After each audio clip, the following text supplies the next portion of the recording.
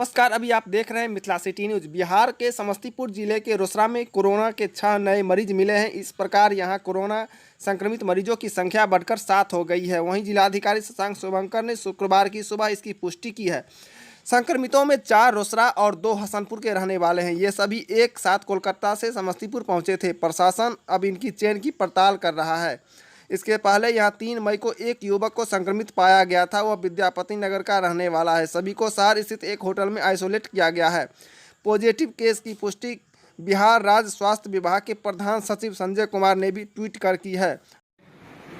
कल 6 लोगों का कोरोना टेस्ट पॉजिटिव पाया गया है समस्तीपुर जिले में। ये सभी 6 लोग पश्चिम बंगाल से 5 मई को यहाँ पर आए थे, जिसके बाद उन्हें क्वारंटीन कैंप में रखा गया था।